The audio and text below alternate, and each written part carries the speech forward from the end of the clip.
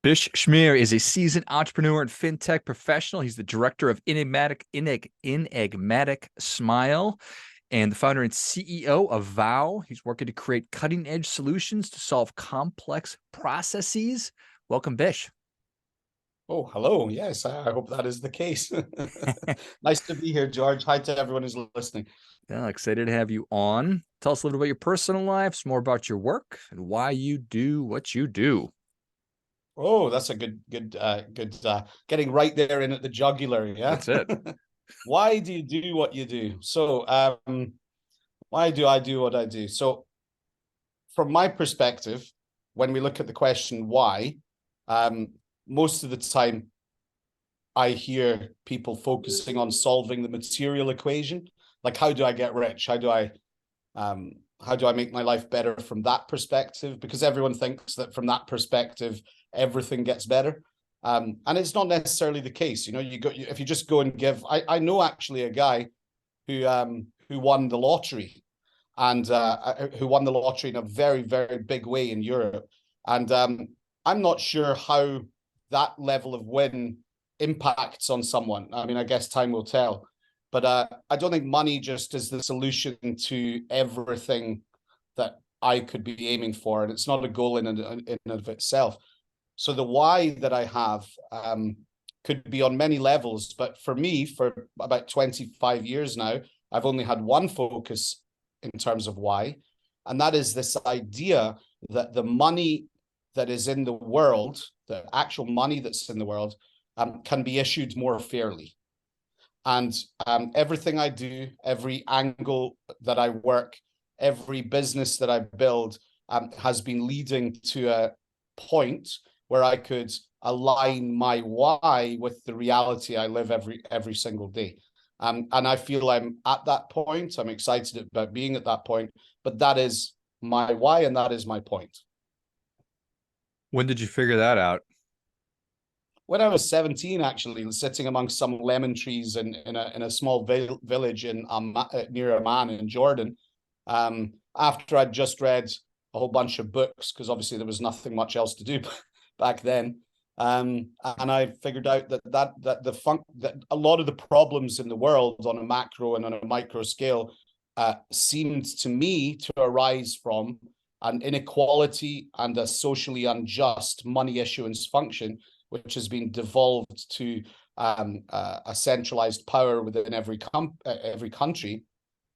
And I thought that this function of issuance of money means that you're doing a podcast today, and all of your listeners are presumably going to work doing something where they try and add value to the world or their customers in their own way. But because they're forced to get money to survive, they are forced within a structure of thinking and doing to behave and sometimes make the wrong choices, maybe because of a lack of money or because of the incentive of potentially more money.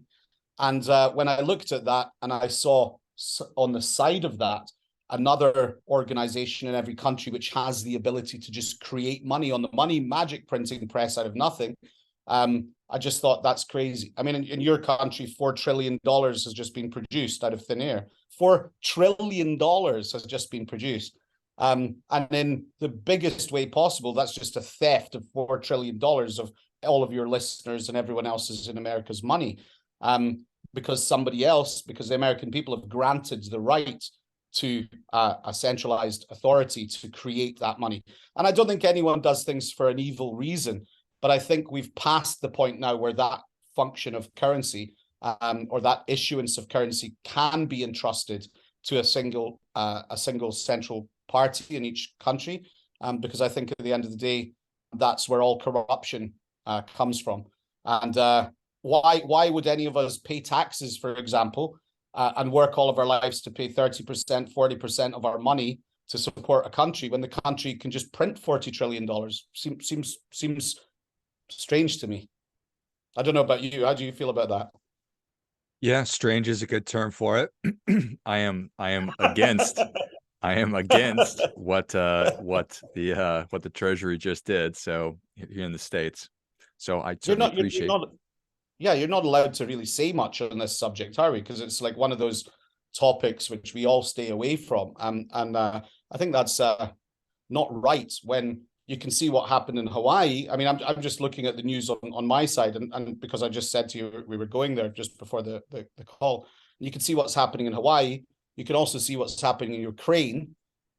Surely, although there's all kinds of problems in the world, surely a government and the people of the country should be looking after its own territory as hard as possible, as quick as possible to solve that, rather than thinking about solving more geopolitical issues all over the place. Look after the people. And if money's being printed where it just vaporizes and disappears in different directions, it's not actually serving the purpose of the community it's meant to serve.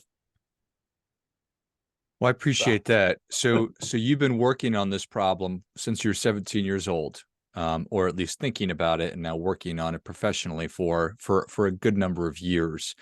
You talked about how you're working to, or you feel like money should be issued more fairly. What does that mean? So the first and primary answer to that is that it can't be granted to a central party to issue currency, because if you had the right to print all the money in America, I'm sure you'd be printing $4 trillion as well. Why not? Let's have some speedboats. Why not? Let's interfere with other countries everywhere. Why not? Because it's natural, isn't it? If you've got the ability to do stuff, then you may as well try and do it. And so giving any particular person, no matter how holy they are, the ability to issue that, to control this function, I think becomes a problem. And so, of course, who am I to try and conquer such a problem? I can't conquer a problem on that level, but we can do experiments and we can relate it to other layers of business and life. And that's kind of like what we've been doing. When I was 17, I understood the problem. I didn't know the solution. And over time, as my experience has moved on and the world's moved on and internet's moved on and transparency's moved on and all that kind of stuff, suddenly you get to this point where you think, okay, well, let's solve some problems in a kind of really practical way. So what we do, bringing it down to reality, is we focus on the reward space, which is obviously a very big space in the world, and try and move the issuance of rewards into a decentralized manner.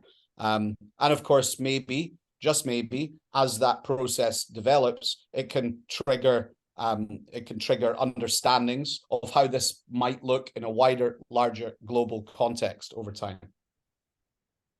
So the reward space, give me an example. So let's say you're in a rewards program. I mean, I think everyone in America is part of like 11. So I don't know which reward programs you're personally part of, but it might be a bank, it might be just a reward thing like a Groupon, or it might be a website where you can go to and save money on certain businesses, on certain purchases. That reward space as a whole globally, it turns out that $42 trillion is spent every year digitally with bank cards or mobile wallets or online or whatever. 42 trillion, which gives you an idea of what that 4 trillion is. Yeah. But 42 trillion in total is spent globally at retail. And out of that 42 trillion, 17% of it is incentivized. So that means that 17% is of that 42 trillion is either used as a discount or a coupon or a promotion of some kind, with a very definite aim from businesses around the world to be able to get customers to come in and buy from them more often, or whatever. So that's the reward space in a global context. And in America, obviously, it covers everything from gift cards to all kinds of different mechanics for rewarding you for a purchase or for some form of behavior that you have. That's the reward space as a context. So to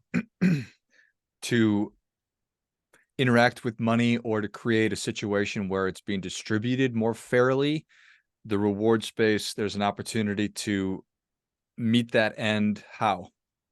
Yeah, you like this. I've just thought about it right now. So what is the lifeblood of any economy?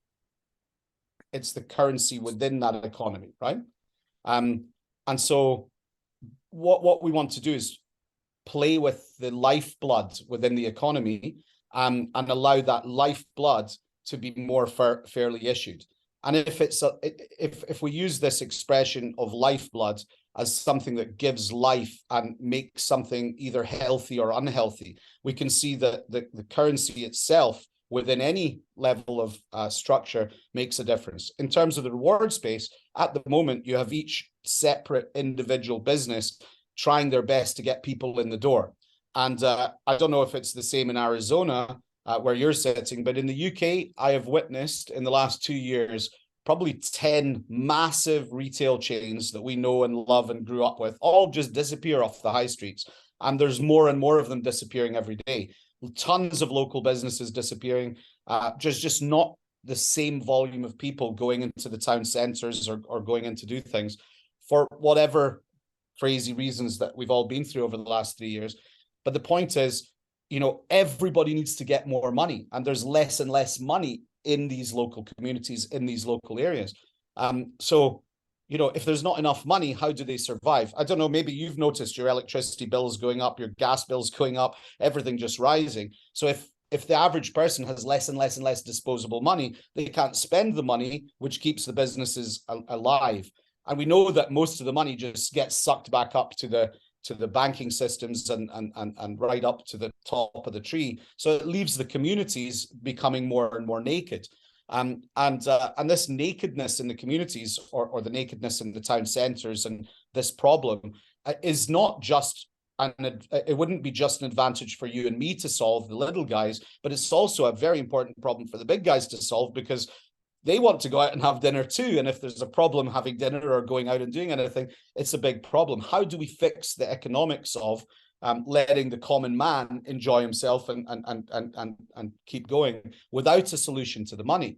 And so what happens is that people come up with ideas like universal basic income, airdropping it on people, or, we need to find a way to give people more medical help, or, we just keep having to create an ability to help people, which ends up taxing a whole load of other people, which ends up being in a situation where people start getting unsettled and unfair. And, it becomes like a big political sort of question. So in terms of the very simple process of a business giving you a $10 discount voucher, they just created money, right? So if Pizza Hut give you a $10 discount voucher, that $10 didn't cost Pizza Hut $10. They can go and put that $10 and print it in 10,000 newspapers, and it doesn't cost Pizza Hut millions and millions of dollars to print out discount vouchers. They can just create that value. And the interesting reason why they can create that value is it's not backed by actual money, because you can't go to Pizza Hut and say, can I have actual money for this discount voucher? It's not backed by gold or silver or, foreign reserves or government bonds. It's just a discount voucher that's backed by your ability or the promise of Pizza Hut to accept back that $10 discount voucher as a discount against your next purchase. So if you can imagine, the word vow, or why we came up with this idea of vow, is it's literally the vow of a business to accept back its own discount voucher. So the real question is if you could get 1,000 businesses distributing their discount vouchers within a sort of globalized ledger of issuances and acceptance back, you could create a type of currency supply or discount voucher currency supply that stays local, because these discount vouchers can't go up the banking system to pay off a mortgage, but they can keep going locally round and round and round. And by virtue of all the businesses driving customers to them, issuing a reward to the customers in the form of a future spend digital discount voucher that is transferable, you can create a localized, like a localized lifeblood moving around, which then helps the local people, the local communities, the local police forces, everybody creates a bit more economic, hyper-targeted, hyper-localized, fun, let's call it, in the middle. Does that make sense? Yeah, it makes a lot of sense. It's almost the way it used to be. Exactly. Why can it not just go back to how it used to be? Old things are new again. Maybe, but the difference in this whole process is that we will notice that the issuance function is now distributed to many, many different companies. It's not in the same way where there's a central government or a central bank or a central council issuing this money to people. It's actually based very commercially and soundly on sound principles of demand economics. The businesses issue, if they have already received a proper sale, they issue this into supply, and they back it by their own integrity, just like just in a distributed way. And because of this, if you had, for example, let's say I won't say the word dollar, but let's say we had a pound, right? So if we had a pound in the middle, what's a pound backed by? What's a dollar backed by then? I'll ask you then, what is a dollar backed by? The full faith and credit of the United States government. Which is backed by, I mean, if you don't accept these dollars, what's it backed by? At the end of the day, it's backed by somebody coming up to you and going, it's violence that backs money, right?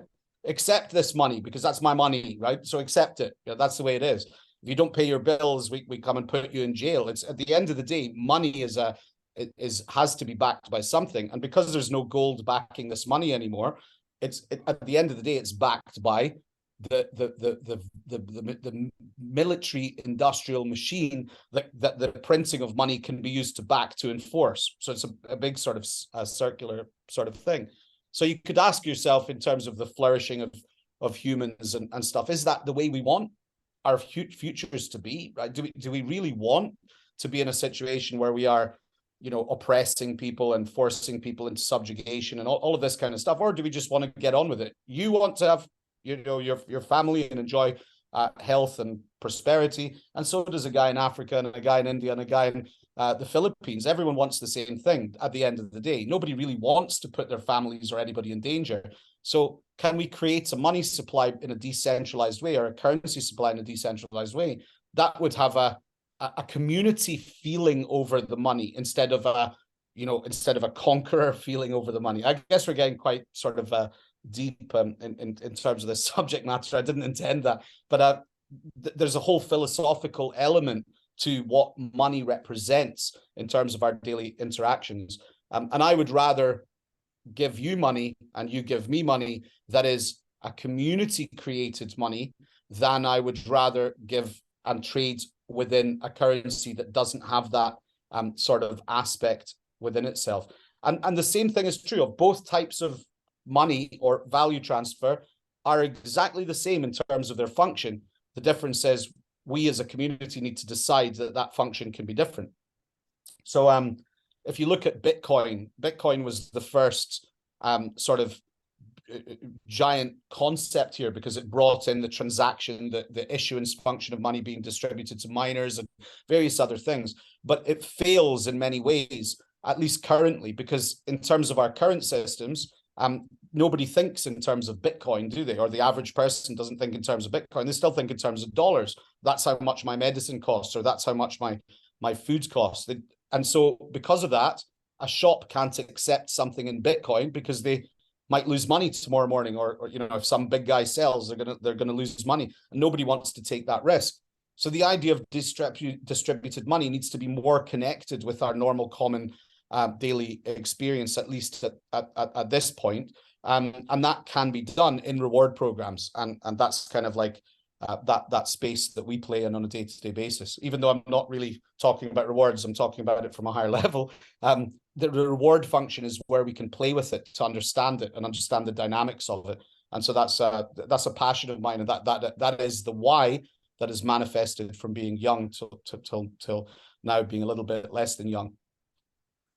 From that time when you were 17 years old, sitting under lemon trees in Jordan, to where we are today. I love it. Well, Bish, right. Thank you so much for coming on. Where can people learn more about you and your work and dive deeper into what you've just been talking about? So yeah, you are more than welcome to go to vow.foundation, which is the foundation that operates here. And that's a website that tells you everything we're up to and what we're coming together, and see if you'd like to get involved and support this idea in your own ways. So if anyone's out there who wants to do that, they can do that. And then if they would like to check out the more reward program stuff, which is much more practical, you can do that at enigmaticsmile.com, where we're onboarding millions and millions of consumers and hundreds of thousands of businesses to get involved, to be part of this. Excellent. exercise. But thank you very much for inviting me on. Well, it's been a pleasure. If you enjoyed this as much as I did, show Bish your appreciation and share today's show with a friend who also appreciates good ideas. Go to vow.foundation and check out everything that Bish has been talking about. And then also check out enigmaticsmile.com and dig a little bit deeper into the rewards side and program that Bish has been working on, and see how you can get involved and educate yourself a little bit more on what we've been talking about. Thanks again, Bish. Awesome. All the best. Cheers, dude. Bye-bye. Bye. And until next time, remember, do your part by doing your best.